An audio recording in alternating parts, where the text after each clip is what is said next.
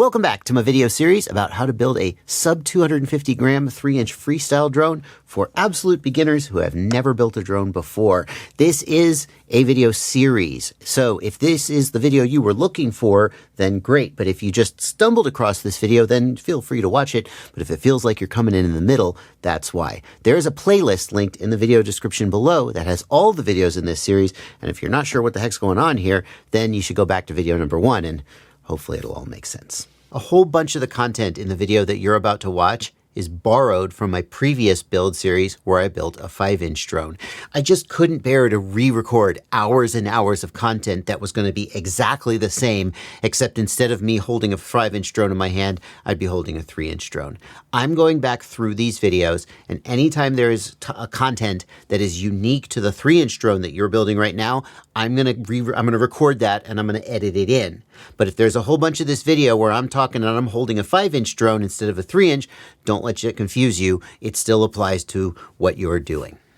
In this video, we're going to install the receiver on the drone. And the receiver is the thing that receives the signals from your hand controller so that when you move the sticks, the commands that you're sending go out the antennas on the hand controller, they go through the air, and they are picked up by the antenna on the receiver and then communicated to the flight controller so the flight controller can make the drone do what you're commanding it to do. Every drone is going to have a video transmitter and a goggle receiver for the video link, and a hand controller and a control link receiver for the control link. And the control link that we're using is called ExpressLRS. And what you need to know at this point is that there's a whole bunch of different control links that exist in the world. And they're all just different hardware, different frequencies, and different protocols for transmitting the movements of your sticks and switches to the receiver. And they are not cross-compatible. So you may hear about ExpressLRS. You may hear about another one called Crossfire from the company Team Black Sheep. You may hear about another one called Ghost from the company called Immersion RC. You may hear about some older ones called Free Sky, Fly Sky, Spectrum, Radio Link. You don't need to memorize all of that. And in fact, for the most part, you don't need to think about all of that at all. What you're going to be doing is you're going to be using ExpressLRS. And the reason for that is, it's not that those other links are not good links. All of the modern generation of control links, ExpressLRS, Crossfire, and Immersion RC Ghost are the 3 main ones. All of the modern generation of control links are very, very good. They have extremely long range. Without even trying, you're going to get 2 or 3 kilometers of range. And with just a little bit of effort, you can get 10, 20, or 30 kilometers range. You won't, because that's not something for your first build. That's not something for a little build like this. And anyway, but they're capable of incredible range and penetration. They have all kinds of secondary features that make your life better in ways that we're not going to go into in this video. And they have extremely low latency, so you have really nice control feel. There's not really any reason to think at all about the older protocols, Free Sky, Fly Sky, Spectrum, etc. They've essentially, in the world of FPV, been completely supplanted by this new modern generation of protocols. At least that's my take. And the reason we're using ExpressLRS is, well, there's ways in which it's technically better than some of the others, but there's also ways in which it's technically worse. And so that's not the reason. The main reason is that ExpressLRS is open source. And that means that ExpressLRS hardware is extremely inexpensive. It is ubiquitous. It is practically never out of stock. Because if one manufacturer is out of stock, you just buy a different manufacturer and it all works together. Before I show you how to install the receiver, there may be some of you who are not using the ExpressLRS receiver at all. And if that's you, then you're actually going to skip, I think, basically everything in this video. The people who might not be using the ExpressLRS receiver are people who are using the DJI O4 Air unit. You see, the O4 Air unit has the ability to work with the DJI RC controller, and if you decide to do that, then you won't use the ExpressLRS receiver. The DJI O4 Air unit will be your receiver, and there's a separate video showing you how to set that up. I want to be clear that even if you own the DJI RC controller, I still think it's a good idea to use an ExpressLRS receiver and a separate hand controller instead of the DJI RC. And my argument is that this is pretty limited in terms of what buttons and switches it has. You're going to get a lot more capability. I think the ergonomics are better, but that's a personal thing. And I think it's a good idea to have a separate RC control link. If you're using the DJI RC controller, then when you lose video, you also lose control. And so the thing that happens where you lose video, but potentially you are able to kind of recover the drone blind and climb up above the tree or activate return to home or something. It's just good to have redundancy, a separate video and a separate control link. But that's a personal decision. If you've got the DJI RC controller and you're going to decide to use it, you're going to basically skip this video. And there's another video, I'll link it down below, and it's in the playlist, of course, showing you how to set this up. So the specific receiver that I'm using in this video is the Radiomaster RP1 receiver. And you can use that one as well if you want to. But if you couldn't get an RP1 or you didn't get an RP1, you could be using just about any other ExpressLRS receiver, and it's all going to work exactly the same as what I'm going to show you in this video. Now, the thing about the RP1 that is potentially going to get you in trouble if you've picked a different hardware is that the RP1 has a single antenna. There are some ExpressLRS receivers that have dual antennas. I don't know how well you can see that. I don't want to rip it out of the package, but it's got two antennas, and those are called diversity receivers. And there's nothing wrong with using those, but on a small drone like this, there's not much reason to use it, and it's going to make your antenna mounting a little more complicated, so I would suggest not getting one of those. And this is a receiver. This is an RP2 or EP2. It's the 2 that's relevant. The RP1 has a single antenna. The EP2 or RP2 has no antenna, apparently. Well, actually, the antenna on the RP2 or EP2 is this little ceramic block here. It's got a built-in antenna, and that does simplify the installation. You don't have to go mount the antenna anywhere, but it has a little bit worse range, maybe as much as half the range, depending on how it's mounted, because the carbon fiber of the frame gets in the way of the signal, and this antenna is just a little bit worse than the antenna on the RP1. So you could have chosen to use one of these, but you're going to get less range, and it's not what I'm going to choose to use. Now, I could show you a wiring diagram of how to wire up an ExpressLRS receiver, and you could just rotely follow the wiring diagram and not really understand what you're doing, but that's not how I roll. So what I want to do is I want to look at the pinout on this receiver, and it's going to be the same pinout for all ExpressLRS receivers, no matter who you buy it from. It's going to be identical pinout, and what we can see here is minus, that's the ground pad for power, 5 volt, that's the voltage pad for power. So this is going to take a 5 volt input. And then we've got a TX and an RX. And when we see TX and RX, that tells us that that is going to a UART on the flight controller. We're going to look for a TX and an RX pad on the flight controller, and we're going to wire that up. Let's go to the wiring diagram for the flight controller and see what our options are for UARTs. And here we've got TX1 and RX1, which is already in use by the video transmitter, so that's going to be out. Over here, we have TX4 and RX4, and we could use those, but we're not going to, because if we scroll over to the underside of the board, there is a plug right here. It's a little hard to see because this is just the solder pads that the plug connects to, but if we look at the physical board, we'll see that there's a plug there, and it has TX2, RX2, 5 volt, and ground. The exact pins that we need for our receiver. And in fact, that's the intent of that plug. The idea is that you'll plug your receiver in here and it'll get exactly what it needs. So that's what we're going to do. It's always nice to use a plug when you can. Number one, because soldering on these tiny boards can be really challenging. And number two, because it makes it easier to swap your hardware if you damage your receiver or something. You just unplug it instead of having to solder directly to the flight controller. Now what I want you to do is find this plug, which is included with your flight controller. It's going to be the one with 4 wires coming out of it. There is another one with 6 wires. That's not the one you want. We want this 4-wire plug. And that is going to be our 5 volt ground TX and RX, but there's a problem. Does it go on the receiver like this or like this? How does it plug into the flight controller? In other words, is this wire ground or is this wire ground? Which of these 2 outer wires is ground? Like, which way do the wires go? And the simplest way to do that, don't just look at the wiring diagram and think you can figure it out. We are literally going to plug it in. It goes in one way. Do you see how these little tabs here are facing the board? And the smooth top side of the plug is not facing the board. It's facing away from the board. So that's how it's going to plug in. So now I have just loosely plugged that in there. And this is the wire that is closest to the corner of the board. Okay? And now I'm going to look at my pinout diagram, and I can see that the wire closest to the corner of the board is TX. Okay? So that means ground is the wire closest to the middle of the board, or the motor pads. And the reason I'm saying closest to the middle of the board or closest to the corner of the board and not on the left or on the right is because, especially when you're dealing with the top of the board, the bottom of the board, it can be really easy to sort of get flipped around and mentally, like you're looking at it from one side, but the diagram's from the other side, and you can just get yourself mixed up. So ground is the wire closest to the middle of the board. In other words, this is the ground wire, okay? Okay, with that in mind, I'm going to remove the plug.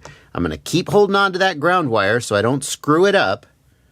In fact, here's what I'm going to do. I'm going to real quick just strip the insulation off the end of the ground wire. Okay, that's the ground wire. Now, we're going to go back to our receiver. Okay, now that that's done, my life is easier because they have intentionally laid out this plug in the exact order that I need.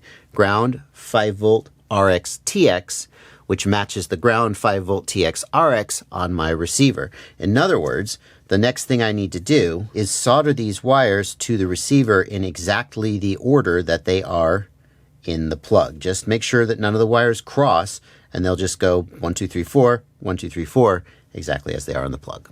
See you in a second. The result will be as you see here, and I want you to really double check that your stuff is right side up compared to mine. Do you see that this is the side of the receiver that doesn't have the antenna connector, and this is the side of the plug that has these little prongs here, and none of the wires are flipped. Make sure you haven't accidentally just soldered something backwards without realizing it, but that should be what we need. And I'll show you how we can check that we did it right. I'm going to plug this receiver into the flight controller, and no, I'm not going to just immediately plug in a battery and see if any smoke comes out. Instead, I'm going to get my multimeter. And you should have a multimeter too. They're like $15 for a cheap multimeter. You absolutely have to have one if you're going to work with electronics. I'm going to take my multimeter, and I'm going to put it into continuity check mode. That's this little, kind of looks like a Wi-Fi symbol. It's supposed to be a speaker. And what that means is that when it's in continuity mode, if there is electrical continuity between the probes, we'll hear a beep. And we can use that to check our pinout. So I'm going to put one probe on the minus pad of the receiver. That's the ground pad. And then I'm going to find a ground pad on the flight controller. And if there is continuity between them, that means ground is connected to ground, and we probably wired it up right. But if there is not continuity between them, then we might have done it wrong. And the simplest place to get ground on a flight controller is actually the outside of the USB port. Rather than fishing around for a ground pad, a tiny little ground pad here, I'm just going to put one probe on the USB port. I'm going to touch the ground pad on the receiver, and we should hear a beep. That suggests that we wired it up right, as long as, you know, we probably wired it up right. You didn't cross any wires or anything. The next thing I'm going to do is I'm just going to give this some twists to curl up the wires and take some of the tension out of the wires. I don't want it excessively twisted to put stress on it, but I do want to take the slack out of it and keep it neat. And then I've actually popped my antenna connector off to make the soldering easier. And because this is the second time I have done this for reasons, and I already mounted the antenna, which you don't know yet. Oh boy. It's always an adventure. So let me just pop this back on. Next, I'm going to put some heat shrink or tape around the receiver. It needs to be clear heat shrink or tape, or translucent in some way, because the LEDs on the receiver are important to understanding what it's doing, and if it's not working right, to troubleshooting it. So we need to see the LEDs. And the other thing the heat shrink is good for is this UFL connector has a tendency to pop off if it's stressed, like in a crash. And so a tape or heat shrink will help keep that UFL connected. You can put it on like this with the antenna coming out this way. But if the wire routing allows it, I prefer to run the antenna back across the receiver because that gives a little more reinforcement to the UFL. The wire itself is held down. But just make sure that wherever, see this LED in the corner here? Make sure that wherever your receiver's LED is, that you're not covering it up. And on some devices, that UFL, if you bend it back this way, right here, it will make contact with some components on the board. So you kind of want to be aware that that can be an issue, but in this case, you can see that's clearly not happening. So we're good to go. I'm just going to slide this heat shrink on. This came with my receiver. Hopefully yours did too. I'm going to just slide it on like that and shrink it down. And if I had been thinking ahead, I would have run these wires under the flight controller before soldering them down, but thankfully I have not yet put on the screws, so I can just pass this underneath and pass it through. And that, I believe, is the last thing we're going to need to solder to the flight controller. So at this point, I'm going to be fine to put these nuts on, tighten them down. 1, 2. What I like to do is just press down on the flight controller a little bit to compress the gummy, and then tighten the screw down till it touches, and then just release the gummy and it presses up. And we don't want the gummy overly compressed because that'll mean it can't do its job of protecting the flight controller from vibration. As far as mounting goes, we're going to take this piece of 3M double-sided tape that should have been provided with your kit. Oh, it's a double thickness. That's very handy. That's good news. We're just going to take and put that on the receiver. Make sure you put it on this side of the receiver because you want to be able to see the LED, the receiver LED, blinking. Don't put the receiver LED down or you won't be able to see it, and that'll be annoying. And we're just going to kind of neatly route this wire, and we're going to stick this down on top of the video transmitter and give it a little wiggle. It helps get it stuck real good. The analog build, I just want you to use some double-sided tape to stick your receiver right here on top of the video transmitter, and then the antenna will mount per usual. This is actually a different receiver that I just grabbed out of my kit because I just wanted to get this going quickly. For the analog build, the receiver is going to mount on top of the video transmitter with double-sided tape, and I'm using alien tape, so everything is super, super secure. If you didn't have alien tape, then you might also want to put a zip tie around this just to make sure everything stays in place. With the 04 Air unit, we're going to mount the receiver slightly differently. It's just going to go here in the back of the frame. There isn't a video transmitter like there is with walk snail or analog. And I gotta say, I would probably, in fact, I'm definitely going to also pass a zip tie around here just because it gives a little bit of extra security compared to the double-sided sticky tape itself. When I can, I'll always back up my double-sided sticky tape with a zip tie. And I want to be sure that when I do that, I am not putting any stress on the UFL connector. I think it's going to be okay. There isn't any button or anything, and I want to make sure that I'm not covering up the LED either. Cinch it down, and also that's going to help keep this wire. I'm going to kind of tuck this wire to the side here, and that will help keep the wire out of the way of the props. As far as the antenna goes, we're going to just tuck it into this notch here, and using these slots and zip ties, we're going to zip tie it to the back of the frame. If you had a 3D printer, you could print a 3D printed mounting bracket that goes on the standoffs, which would give it a little more spacing from the carbon, which would do a little better for the range. In fact, I will try to find a 3D printed file that I would use and put a link in the video description if you have a printer and want to do that. This is fine. I think I might want to just, yeah, there's going to be room because the standoffs are going to go here. This can just go up here instead of tucking it in the bottom. Yeah, that's going to be better. I like that better. Something like that. Something like that. The final result is going to look like this, and the next thing to do is head over to the computer and do the software configuration. Before we continue with the video, I'd like to remind you that the single best way for you to help make sure that I am able to continue making content like this, which hopefully you value, is to join my Patreon. Patreon is a website where you subscribe to me for as little as $2 a month. That's the minimum amount, just $2 a month. Someone's vacuuming. But join my Patreon, get access to my Discord server, and just feel good about supporting the work that I do here. If you watch my content regularly, then hopefully eventually you'll come to a point where you go, this guy's earned my support. If today is that day, join my Patreon at any level, at any dollar value that you pick. $2, pick $5, pick $10, pick whatever amount you think is fair for the amount of value you get out of my content. There's a link down below where you can click through. And if today's not the day, if you're like, I just want to watch the video, you've probably already skipped ahead. But yeah, keep watching the content. I'll keep making the content, and I hope that day comes. The next thing we need to do is bind our controller to our receiver. And binding is the process by which this receiver knows that it is supposed to be taking orders from this controller. Imagine a scenario where there's 4 or 5 people flying at the same time. How does your receiver know who it's supposed to be listening to? Binding is the answer to that.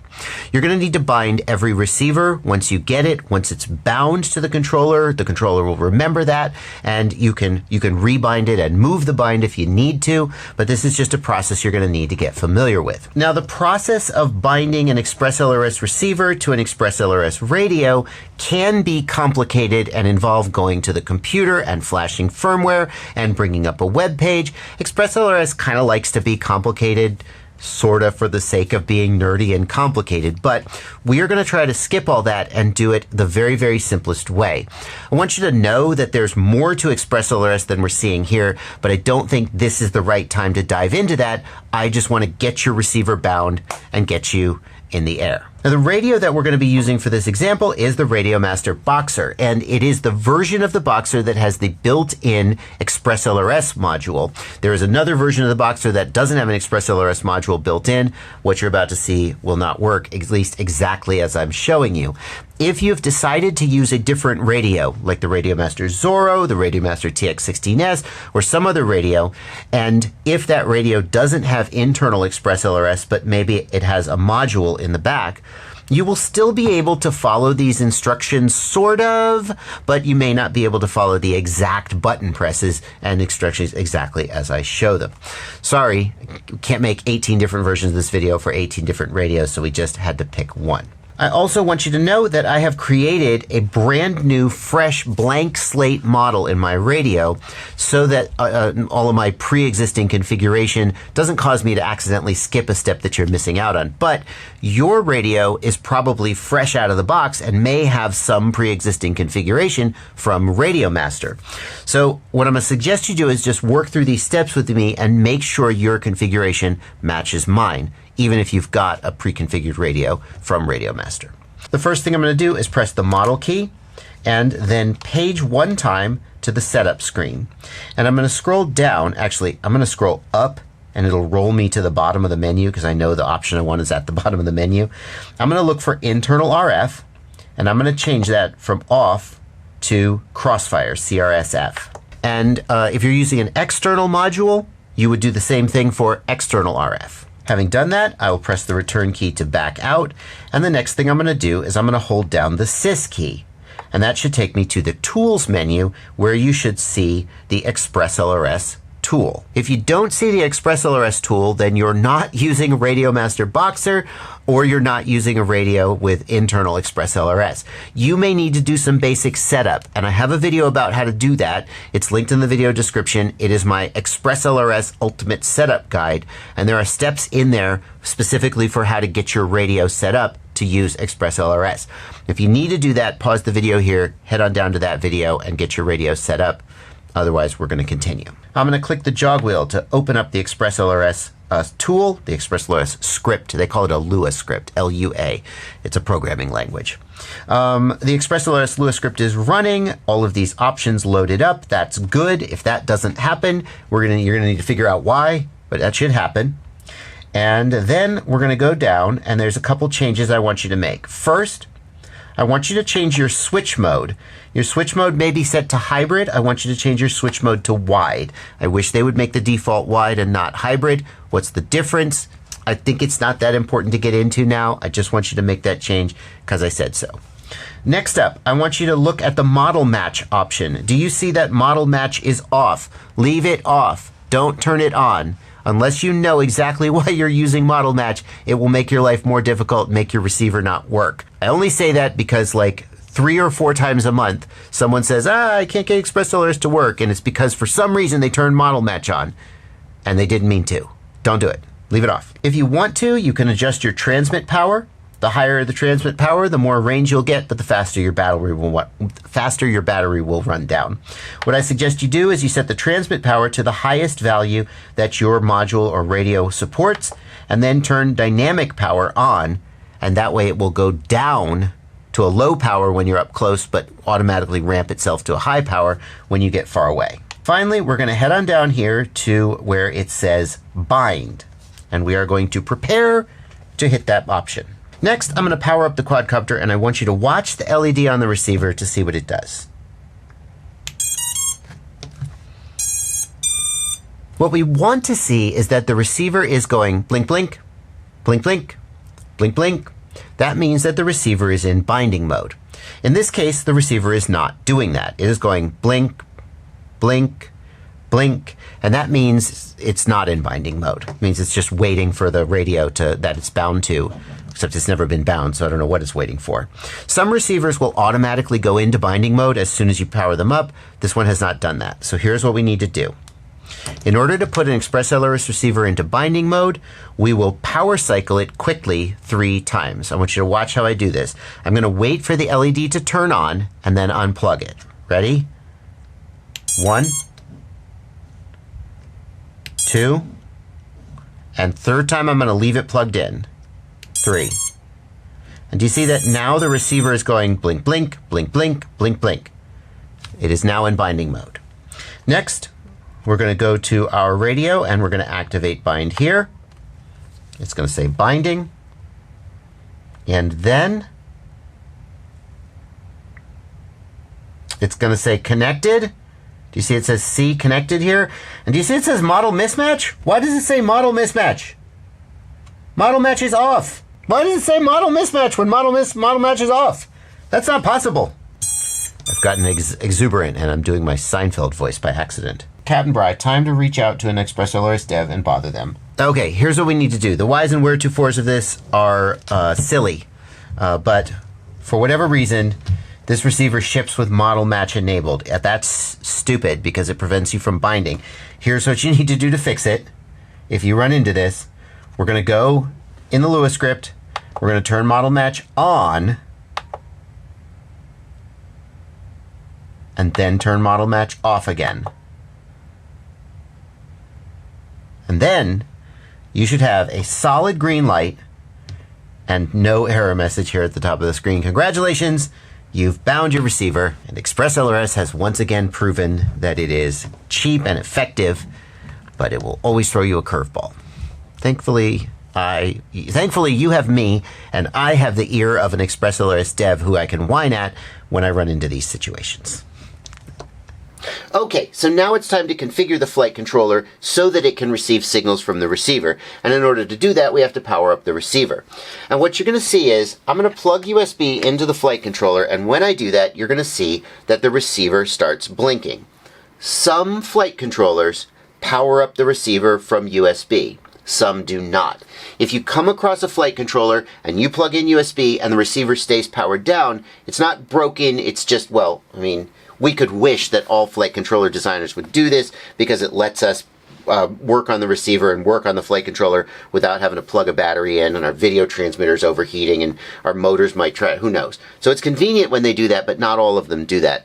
If someday you're working with a flight controller and you plug in USB and the light does not come on, you're going to need to plug in a battery. But today, we don't have to do that. So we see the C here in the upper right-hand corner of the Lua script, and we see the solid green LED on the receiver, and that tells us that the receiver and the controller are talking. They are bound together. But let's plug in USB to the flight controller, and let's go into Betaflight, and we'll go to the receiver tab. And here in the receiver tab, we have a readout that shows what Betaflight thinks the controls are doing. And you can see if I move the sticks, nothing happens there. There's no movement in these channels. In fact, these channels are at 1500, 1500, 1500, and the throttle is at 885. And that is a sign that your receiver or your flight controller is in failsafe. Take a look here in the Setup tab. Notice also that in the Setup tab, under Arming Disable Flags, we have RX underscore failsafe. And this little pop-up box tells us that means no valid receiver signal is detected. So the situation we've got here is that the receiver is bound to the controller, they're talking, but the signal that the receiver is outputting is not getting to the flight controller. And the reason for that is that we haven't configured the flight controller yet, and that's what we're going to do now. But I wanted to take that second to clarify, because people will write to me and say, the receiver isn't bound because the flight controller is not getting signal. Binding simply refers to the connection between the controller and the receiver. The connection between the receiver and the flight controller is not binding, there isn't a name for it. It's just configuring your flight controller. So let's do that. The next thing we need to do is tell the flight controller which UART number the receiver is on. And we're going to do that here in the Betaflight Ports tab. And generally speaking, the Ports tab is where you tell the flight controller what's on each of its UARTs. We've already set up the video transmitter. The exact way yours is set up may differ depending on if you're doing analog or digital. But we can see here, by setting UART 1 in this particular way, we've told the flight controller you have a digital video transmitter on UART 1. We need to tell it where the receiver is. And we're going to do that by enabling the serial RX toggle for one of these UARTs. Which UART should it be? It's whichever UART number we connected the receiver to. And just as a little pop quiz, when we wired it up, we wired it to TX and a number, and RX and a number. What number was that? It was UART 2. TX2 and RX2, and that's a good thing to sort of, you could even write it down, but as you're sort of wiring up the quadcopter, make a note. Video transmitters on UART 1, receivers on UART 2, GPS is on UART 4, etc., etc., etc. That makes it a lot easier to set up the ports tab if you already know that information.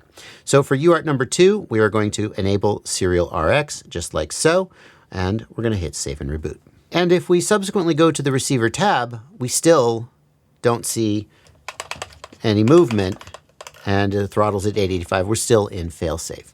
The next thing we need to do is we need to tell the flight controller what protocol the receiver is using. And here it is set to S-Bus. And you can see there's a lot of protocols here. Most of these protocols are either really obscure and or legacy protocols that you're not using. What we need to do is tell it that we're using ExpressLRS. But if we look here, ExpressLRS isn't in this list. And the reason for that is that when the ExpressLRS team built ExpressLRS, they came up with this whole new way of sending data through the air that makes ExpressLRS so good, have such long range and low latency. But then when it came time to send the data to the flight controller, they were like, why reinvent the wheel? There's already a perfectly good protocol for that, and they reused Crossfire. So when you set up an ExpressLRS receiver, you select Crossfire as the serial receiver provider, and we hit save and reboot. And now, if we go to the receiver tab, look at that. 1,000, 1,500, 1,500, and as I move the sticks, everything is as expected. Now there's a gotcha here that I hope you're not going to run into, but if you do run into it, I want to call it out. If you look in the upper left-hand corner of my screen, do you see that I'm on Betaflight firmware 450? This flight controller ships with firmware 450 on it, and I'm going to assume that yours did too, and based on that, I'm going to assume that yours came out exactly like mine. But if you are on Betaflight 451, they changed the way it works so that it only supports one serial receiver protocol at a time. And when you switch to an unsupported serial receiver protocol, these colored bars will go away. There is a workaround for that. And if you change from S-Bus to Crossfire and your colored bars disappear, here's what you need to do. First, you need to go to the CLI tab and you need to type diff all, and a whole bunch of text will appear. That is your configuration of your flight controller. Then we're going to hit save to file. And we're going to save that to a text file somewhere where you can get at it again. Now that we've backed up our configuration, you're going to hit Update Firmware. You're going to choose the Lux HD AIO G4 target here in this pull down. That's already been selected. You're going to choose the Betaflight 451 or perhaps some other version if you're flashing to a later version. And then you're going to make sure that here where it says Radio Protocol, Crossfire is selected and not something else like S-Bus, okay? Everything else is going to stay at its defaults. You're going to hit load firmware and you're going to flash firmware. And it asked me there, do you want to create a backup of your firmware? And I clicked ignore the risk because I already backed up the firmware, so I'm good. Once that finishes, we're going to connect. We can ignore these warnings. We're going to go to the CLI and we're going to hit load from file. And then we will select that file and load it back in again. and execute. And that'll load your configuration back in. And now you should have crossfire support. Oh, there are a couple errors here in the OSD configuration. Those errors they're not a showstopper. We can just type the word save and we're good to go. Now that the receiver's working, there's one more thing I want you to do, and that is right here, I want you to turn on telemetry output. And telemetry is some additional data that the flight controller sends back to the receiver, and then the receiver sends back to the hand controller. It lets you see data on the controller's screen, the same data that you see in the on-screen display in your goggles, things like battery voltage and GPS sats, but sometimes it's nice to get it on the screen, and frankly, you may never use it. Many people never use it, but there's no downside to having it on, and there could be downsides to having it off, so I always turn it on, and I'm gonna recommend you do the same. And now, look at what we have. Throttle. My channels are moving. Let's see if they're moving correctly. By the way, at this point, if your channels are not moving, remember I told you that TX on the receiver goes to RX on the flight controller and vice versa? Go back and double check that, because don't just flip the wires and be like, no, I guess I'll just try flipping them. Go look at the wiring. Look at the wiring and see if you got the wiring wrong.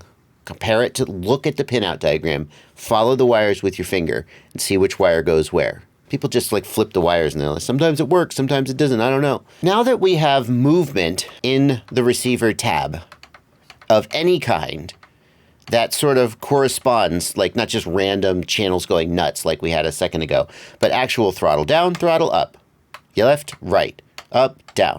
Now that we have that movement, we are going to, there's more that we need to do, but that's where we're going to stop this video. You have installed your receiver, you've bound your receiver, and we have configured the flight controller so that we have movement in the receiver tab. We now have communication from the controller all the way through the receiver to the flight controller, and we are ready to proceed with the next video in this series. As always, the playlist is down in the video description below, or a card will appear on screen if you're on a platform that shows you cards.